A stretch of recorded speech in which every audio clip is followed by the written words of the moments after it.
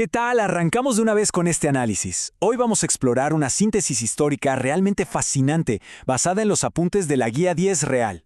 Vamos a meternos de lleno en cómo se han construido y, sobre todo, cómo se han mantenido esos complejísimos sistemas de control y poder global a lo largo de la historia. Básicamente, es un recorrido para entender las fuerzas que le dieron forma a nuestro mundo moderno, examinando a fondo el imperialismo y el colonialismo. Para organizarnos, nuestra hoja de ruta será súper clara. Primero, revisaremos los conceptos fundamentales. De ahí pasamos al imperialismo del siglo XIX. Luego, veremos el complejo proceso de descolonización. Y cerramos con las consecuencias y el legado actual. Entremos a la primera sección, los conceptos fundamentales y las raíces del poder. Bueno, el gran dilema del control de recursos arranca con una pregunta simple pero muy profunda. Imaginemos la clásica situación de un niño grande en el patio de recreo que, de repente, decide adueñarse de todos los juegos. Él dicta las reglas, decide quién puede jugar y, obvio, se queda con los mejores juguetes. A nivel global, este es nuestro dilema central. ¿Cómo y por qué una entidad dominante logra dictar las reglas del juego y extraer los recursos de otras naciones? Para responder eso es absolutamente crucial tener un vocabulario claro, porque, es súper común confundir estos dos términos. El imperialismo es la política general de expansión, digamos la gran idea de ejercer control sobre otros. Por otro lado, el colonialismo es la acción táctica. Es la práctica específica, literal, de enviar personas para administrar y controlar un territorio directamente. Así es como se establece lo que todos conocemos como una colonia.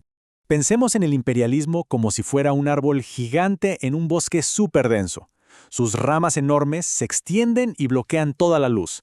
Eso representa el control político y militar. Pero ojo, porque el verdadero poder está bajo tierra. Sus raíces, que son larguísimas, absorben todos los nutrientes del suelo. Y eso simboliza el control económico que extrae los recursos vitales, dejando a los árboles más pequeños sin ninguna oportunidad de crecer libremente. Pasamos ahora a la sección 2, el imperialismo del siglo XIX, o lo que podemos llamar el Gran Tablero Mundial. Este periodo operó casi exactamente como una partida de Monopoly, pero a escala planetaria. Imaginen a las grandes potencias europeas compitiendo en una carrera frenética, casi desesperada, para coleccionar territorios en África, Asia y América. Tal cual como en el juego, adquirir una propiedad, que en este caso sería una colonia, te daba el poder de cobrar un alquiler. ¿Cómo? Pues en forma de materias primas y tributos. El objetivo final era uno solo: acumular mucha más riqueza y poder que las naciones rivales. Al analizar esta etapa de conquistas masivas, siempre salta a la luz un error histórico súper común. Es facilísimo asumir que tener el dominio político y militar era el objetivo definitivo de estas potencias, como si todo se tratara de ganar batallas. Pero, y aquí viene la pregunta clave, ¿fue de verdad un esfuerzo puramente militar? El punto central aquí es distinguir entre el cuento que nos contaron y la realidad. Las potencias usaban una justificación ideológica, hablaban de una misión civilizadora y actuaban con un paternalismo racial tremendo. Sin embargo, el motivo real, impulsado con muchísima fuerza por la revolución industrial, era 100% económico. Necesitaban algodón barato para sus fábricas, caucho, minerales y, por supuesto, nuevos mercados donde ir a vender todo lo que fabricaban. La fuerza militar era solo la herramienta. El fin absoluto era el control económico. Repasemos cómo se conecta todo esto a través del tiempo, porque el arco de este sistema es fascinante. Todo se consolida allá por 1884 con la Conferencia de Berlín, que fue literalmente Europa trazando líneas con regla en un mapa para repartirse África. Pero unas décadas después, el desastre de la Segunda Guerra Mundial, entre 1939 y 1945, dejó a esas metrópolis europeas sumamente debilitadas. Y claro, esto preparó el terreno para 1955, cuando la Conferencia de Bandung logró reunir a las naciones de África y Asia. Ahí establecieron una postura de solidaridad y no alineamiento, lo que fue el empuje definitivo para buscar la independencia. Llegamos a la tercera sección, el proceso de descolonización. Rompiendo las cadenas. Para entender la descolonización, vamos a usar una metáfora brillante. Imaginen una gigantesca bicicleta tándem que va adelante arrastrando por pura fuerza a un montón de bicicletas chiquitas. La descolonización es ese momento exacto donde se rompen las cadenas de acero que las unían. De golpe, las bicicletas pequeñas, las colonias, tienen que aprender a pedalear solas en medio del tenso escenario de la Guerra Fría. Pero ojo, aunque las cadenas físicas ya no estaban, seguían existiendo unas cuerdas invisibles que mantenían a las bicis pequeñas amarradas económicamente a la bicicleta líder. Esa idea de las cuerdas invisibles nos obliga a cuestionarnos otro mito. Es muy tentador pensar que en el instante en que se iza una nueva bandera nacional y se declara la independencia política, ¡puf!, el sistema de control desaparece por arte de magia. ¿Significó esto una libertad sistémica total?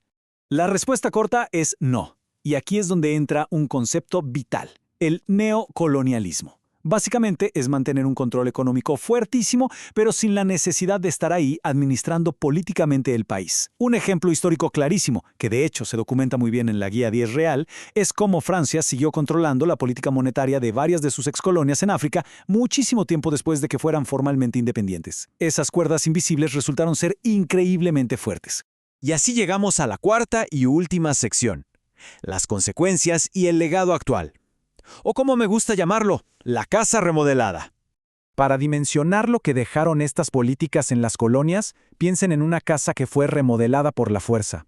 Quienes llegaron de afuera construyeron infraestructura nueva, sí, cosas como ferrocarriles y puertos modernos, pero al mismo tiempo cambiaron todas las reglas de convivencia. Impusieron leyes extranjeras y unas jerarquías raciales súper estrictas. Y lo peor de todo, durante esta remodelación, se destruyeron por completo habitaciones que eran fundamentales. Esto representa la pérdida y el borrado dolorosísimo de las culturas y los idiomas locales. Cuando analizamos cómo se mezclan todas estas piezas, nos damos cuenta de que es un legado sumamente complejo. Económicamente, dejaron a estas naciones estructuradas casi que exclusivamente para exportar materias primas. En lo social, se introdujo la educación occidental y se crearon nuevas élites locales, lo que desarmó por completo las estructuras sociales que ya existían. Y territorialmente, el haber trazado fronteras artificiales como las de la Conferencia de Berlín, ignoró por completo las realidades étnicas, sembrando la semilla de un montón de conflictos geopolíticos que vemos hasta el día de hoy. Frente a todo este panorama, surge un debate constante que nos invita al pensamiento crítico. Hay quienes argumentan que la llegada de infraestructura moderna o los avances médicos fueron contribuciones positivas. Pero el gran interrogante es: ¿acaso esos desarrollos materiales pueden llegar a justificar la explotación sistemática y la destrucción cultural que trajeron consigo? Bueno, la realidad desarma bastante rápido un mito muy persistente. La construcción de todos esos puertos, las líneas de telégrafo y los ferrocarriles no fue ningún acto de caridad para desarrollar a las colonias, para nada. Su propósito estructural era uno solo: facilitar y hacer mucho más barata y rápida la extracción de recursos para enviarlos directo a las metrópolis. Y esta es la clave de todo para entender las desigualdades de hoy. Nos recuerda que aunque el control directo desapareció de los mapas políticos, el diseño de esas economías dependientes dejó un sistema que sigue funcionando perfectamente. Las cuerdas de nuestra bicicleta tándem, aunque no las veamos a simple vista, siguen tensas y operando en el comercio y la diplomacia global contemporánea. Para ir cerrando, queda una pregunta bastante provocadora. Cuando miramos las noticias de hoy, los conflictos territoriales o cómo operan los mercados globales de recursos, es imposible no reflexionar sobre este inmenso legado. ¿Realmente hemos superado las dinámicas del imperio o los países del mundo siguen atados, pedaleando exactamente la misma bicicleta tándem en pleno siglo XXI? Sin duda, una perspectiva invaluable que nos deje el análisis de la Guía 10 Real para entender nuestro presente. Ha sido un gusto compartir este recorrido.